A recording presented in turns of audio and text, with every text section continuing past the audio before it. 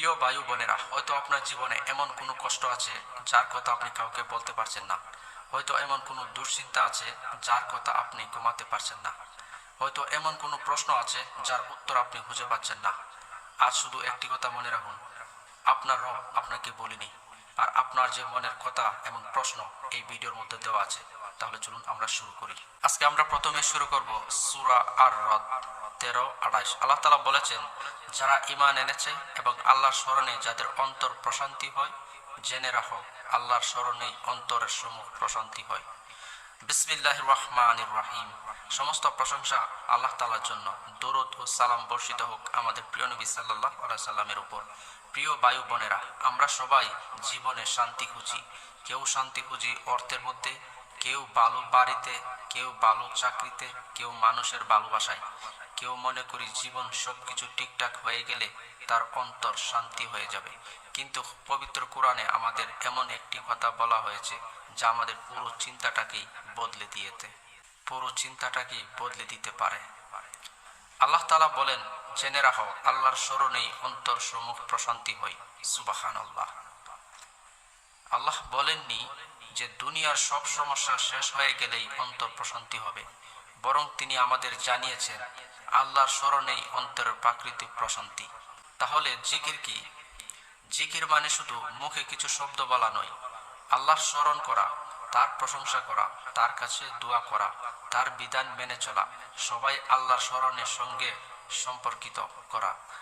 যখন আমরা বলি সুবহানাল্লাহ, আলহামদুলিল্লাহ, আল্লাহু আকবার, লা ইলাহা ইল্লাল্লাহ, তখন আমরা আল্লাহকে স্মরণ করছি।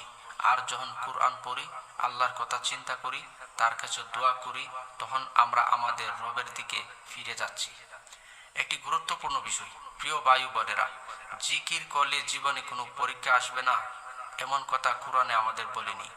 বরং একজন মুমিনের জীবনে কষ্ট আসতে পারে, কিন্তু আল্লাহর জিকিরে সেই কষ্টের মাঝে অন্তরকে শক্তি দিতে পারে। যেমন বাইরে জ্বর হতে পারে, কিন্তু একটি নিরাপদ ঘরের ভেতরে মানুষ আশ্রয় পেতে পারে। ঠিক তেমনি জীবনের বাইরে যত পরীক্ষা থাকুক, একজন মুমিন তার অন্তরকে আল্লাহর স্মরণের সঙ্গে যুক্ত রাখে। একটি গুরুত্বপূর্ণ হাদিস, রাসূলুল্লাহ সাল্লাল্লাহু আলাইহি সাল্লাম বলেছেন, যে ব্যক্তি তার রবকে স্মরণ করে এবং যে ব্যক্তি তার রবকে স্মরণ করে না, তাদের উদাহরণ জীবিত ও মৃত্যুর মতো। সহিহ আল বুখারী 6407। এই হাদিস আমাদের বুঝিয়ে দেয় আল্লাহর জিকির একজন মুমিনের জীবনে কত গুরুত্বপূর্ণ। একটু নিজের জীবনের দিকে তাকান। আমরা যখন দুশ্চিন্তা করি তখন অনেক সময় মানুষের কাছে ছুটে যাই, কিন্তু তার আগে যদি আমরা আমাদের রবের দিকে ফিরে যাই, দুই হাত তুলে বলি, হে আল্লাহ, আমার অন্তরের অবস্থা আপনি জানেন, আমাকে প্রশান্তি দিন, আমাকে সঠিক পথে রাখুন। তারপর কিছু সময় আল্লাহকে স্মরণ করি, কুরআন পড়ি, সালাতে দাঁড়াই, তখন আমরা বুঝতে পারি আমাদের আসল আশ্রয় কোথায়। আল্লাহর জিকির কিভাবে অন্তরকে শক্ত করে। প্রিয় ভাই বোনেরা, আমরা জানলাম আল্লাহ তাআলা বলেছেন, জেনে রাখো আল্লাহর স্মরণেই অন্তর সমূহ প্রশান্তি হয়। কিন্তু প্রশ্ন হলো, আমরা কিভাবে আমাদের প্রতিদিনের জীবনে আল্লাহকে বেশি স্মরণ করতে পারি? এর জন্য সব সময় দীর্ঘ সময় আলাদা করে বের করা সম্ভব নাও হতে পারে, কিন্তু ছোট ছোট সময়কে আমরা আল্লাহর স্মরণে পরিণত করতে পারি।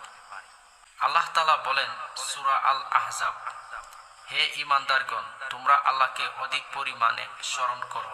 সূরা আল আহজাব 33-41। লক্ষ্য করুন, আল্লাহ আমাদের শুধু মাঝে মাঝে নয়, অধিক পরিমাণে তাকে স্মরণ করতে বলেছেন। তাই আমাদের প্রতিদিনের জীবনে জিকিরের অভ্যাস তৈরি করা উচিত। আল্লাহ তাআলা আরো বলেছেন, এবং যারা অধিক পরিমাণে আল্লাহকে স্মরণ করে এমন পুরুষ ও নারী। সূরা আল আহজাব 33-35 আয়াত। অর্থাৎ আল্লাহকে বেশি বেশি স্মরণ করা মুমিনদের একটি গুরুত্বপূর্ণ গুণ। রাসূলুল্লাহ সাল্লাল্লাহু আলাইহি সাল্লাম বলেছেন, যে ব্যক্তি একবার আমার উপর দরুদ পাঠ করে, আল্লাহ তার উপর 10 বার রহমত বর্ষণ করে। সহিহ মুসলিম। তাই যখন আমরা রাসূলুল্লাহ সাল্লাল্লাহু আলাইহি সাল্লামের নাম শুনি, তখনই তার উপর দরুদ পাঠ করার অভ্যাস করতে পারি। সাল্লাল্লাহু আলাইহি ওয়াসাল্লাম। প্রিয় ভাই বোনেরা, আল্লাহর জিকিরের জন্য আমাদের জীবন থেকে সব কাজ বাদ দিতে হবে এমন নয়, বরং দৈনন্দিন জীবনে ছোট ছোট সময়কে কাজে লাগানো যায়। সকালে ঘুম থেকে উঠে আল্লাহকে স্মরণ করা, নামাজের পর মাসনুন জিকির ও দোয়া করা, কাজের ফাঁকে ফাঁকে সুবহানাল্লাহ, আলহামদুলিল্লাহ, আল্লাহু আকবার বলা, কোনো ভালো কিছু দেখে আল্লাহর শুকরিয়া আদায় করা, ভুল হয়ে গেলে আল্লাহর কাছে ক্ষমা চাওয়া, অবসর সময়ে কোরআন পড়া, তার অর্থে বোঝার চেষ্টা করা, এগুলো আমাদের অন্তরকে আল্লাহর স্মরণে যুক্ত রাখতে সাহায্য করে। কিন্তু একটি কথা মনে রাখতে হবে, শুধু মুখে জিকির করলেই হবে না, আমাদের চেষ্টা করতে হবে জিকিরের প্রভাব যেন আমাদের আচরণে দেখা যায়। আমি যদি বলি আল্লাহ আমাকে দেখছেন, তাহলে গোপনে অন্যায় করাকে আমাকে থামতে হবে। আমি যদি বলি আল্লাহ আমার রব, তাহলে তার আদেশ মানার চেষ্টা করতে হবে। এটাই জিকিরের সৌন্দর্য, মুখে আল্লাহর স্মরণ আর জীবনে আল্লাহর অনুগত্য। রাসূলুল্লাহ সাল্লাল্লাহু আলাইহি সাল্লাম আরো বলেছেন, 7 শ্রেণীর মানুষকে আল্লাহ তার ছায়া স্থান দিবেন। তাদের মধ্যে একজন হলো এমন ব্যক্তি যে নির্জনে আল্লাহকে স্মরণ করে এবং তার চোখে অশ্রুসিক্ত হয়। সহিহ আল বুখারী ও সহিহ মুসলিম। কেন এই মানুষটির কথা বিশেষভাবে বলা হয়েছে? কারণ সে মানুষের দেখানোর জন্য নয়, একান্ত তার রবকে স্মরণ করে। একটু নিজের দিকে তাকাই। আমরা মানুষের সামনে হাসি, মানুষকে বলি আমি ভালো আছি, কিন্তু আমাদের অন্তরের খবর কে জানে? আমাদের রব জানেন।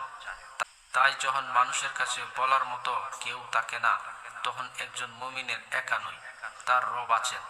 সে সিজদায় যেতে পারে, 2 হাত তুলতে পারে আর বলতে পারে, হে আল্লাহ, আমার অন্তরের অবস্থা আপনি জানেন। এই সম্পর্কটা একজন মুমিনের সবচেয়ে বড় সম্পদ। আল্লাহকে স্মরণ করুন, হৃদয়কে আল্লাহর সঙ্গে যুক্ত রাখুন। প্রিয় ভাই বোনেরা, আমরা এমন একটি সময়ে বাস করি যেখানে মানুষের হাতে অনেক কিছু আছে, কিন্তু অনেকের অন্তরে শান্তি নেই। বড় বাড়ি আছে কিন্তু প্রশান্তি নেই, অর্থ আছে কিন্তু প্রশান্তি নেই, অনেক মানুষের সঙ্গে যোগাযোগ আছে কিন্তু নিজের কষ্ট বলার মতো মানুষ নেই। এই কারণে হতে পারে আমরা দুনিয়ার জিনিসের মধ্যে শান্তি খুঁজছি, অথচ প্রাকৃতিক প্রশান্তি উৎসাহ আমাদের রোগ আছে। আল্লাহ তাআলা স্পষ্টভাবে বলেছেন, জেনে রাখো আল্লাহ স্মরণেই অন্তরসমূহ প্রশান্তি লাভ করে। সূরা আর-রদ 13-28 নম্বর আয়াত। আল্লাহ তাআলা আরো বলেন সূরা আল বাকারা 152, অতএব তোমরা আমাকে স্মরণ করো, আমিও তোমাদের স্মরণ করব, আর তোমরা আমার প্রতি কৃতজ্ঞ হও এবং অকৃতজ্ঞ হইও না। সূরা আল বাকারা 152 আয়াত। একটু চিন্তা করুন, আমরা আল্লাহকে স্মরণ করি আর আল্লাহ আমাদের স্মরণ করেন। এর চেয়ে বড় সম্মান একজন বান্দার জন্য আর কি হতে পারে? তাই জিকিরকে ছোট কোনো আমল মনে করবেন না। আপনি যখন আন্তরিকভাবে আল্লাহকে স্মরণ করেন, তখন আপনি আল্লাহর রবের সঙ্গে সম্পর্ক আরো শক্ত করার চেষ্টা করছেন। আমাদের প্রিয় নবী সাল্লাল্লাহু আলাইহি সাল্লাম আরো বলেন, যে ব্যক্তি তার জিহ্বাকে আল্লাহর জিকিরে সিক্ত রাখে সে সফল হয়েছে। জামে আত-তিরমিজি 3375। হাদিস সহিহ হিসেবে বর্ণিত। তাই আমাদের জিহ্বাকে এমন কথা ব্যস্ত রাখা উচিত যা আল্লাহ পছন্দ করেন, যেমন সুবহানাল্লাহ, আলহামদুলিল্লাহ, আল্লাহু আকবার, লা ইলাহা ইল্লাল্লাহ, আস্তাগফিরুল্লাহ। তবে শুধু শব্দ উচ্চারণ নয়, অর্থ বুঝে অন্তরকে এবং সুন্নাহ অনুযায়ী জিকির করার চেষ্টা করা উত্তম। প্রিয় ভাই বোনেরা, জীবনে একটি ছোট পরিবর্তন। আপনি চাইলে আজ থেকেই নিজের জীবনে একটি ছোট পরিবর্তন আনতে পারেন। যখন মন অস্থির হবে, সঙ্গে সঙ্গে মানুষের কাছে অভিযোগ করার আগে আল্লাহর দিকে ফিরে যান। যখন কোনো নিয়ামত পাবেন, আলহামদুলিল্লাহ বলুন। যখন নিজে ভুল বুঝতে পারেন, আস্তাগফিরুল্লাহ বলে তওবা করুন। যখন আল্লাহর মহত্ব স্মরণ করবেন, আল্লাহু আকবার বলুন। আর যখন বুঝবেন একমাত্র আল্লাহ ইবাদতের যোগ্য, লা ইলাহা ইল্লাল্লাহ বলুন। এভাবে ধীরে ধীরে আমাদের দিনের ছোট ছোট মুহূর্তগুলো আল্লাহর স্মরণে পূর্ণ হতে পারে। প্রিয় ভাই বোনেরা, হয়তো আপনার জীবনে এমন কোনো কষ্ট আছে যার কথা আপনি কাউকে বলতে পারেন না। হয়তো এমন কোনো দুশ্চিন্তা আছে যার কথা আপনি ঘুমাতে পারেন না। হয়তো এমন কোনো প্রশ্ন আছে যার উত্তর আপনি খুঁজে পাচ্ছেন না। আর শুধু একটি কথা মনে রাখুন, আপনার রব আপনাকে ভুলে যায়নি। তাকে স্মরণ করুন, সালাতে ফিরে আসুন, কোরআনের কাছে ফিরে আসুন, তার কাছে দোয়া করুন আর ধৈর্য ধরুন। কারণ আল্লাহ নিজে বলেছেন, জেনে রাখো, আল্লাহর স্মরণে অন্তরসমূহ প্রশান্তি লাভ করে। আপনার সমস্যাগুলো হয়তো এক মুহূর্ত শেষ হবে না, কিন্তু আল্লাহর সঙ্গে আপনার সম্পর্ক শক্ত হয়ে গেলে আপনি সেই সমস্যাগুলো নতুন শক্তি খুঁজে পেতে পারেন।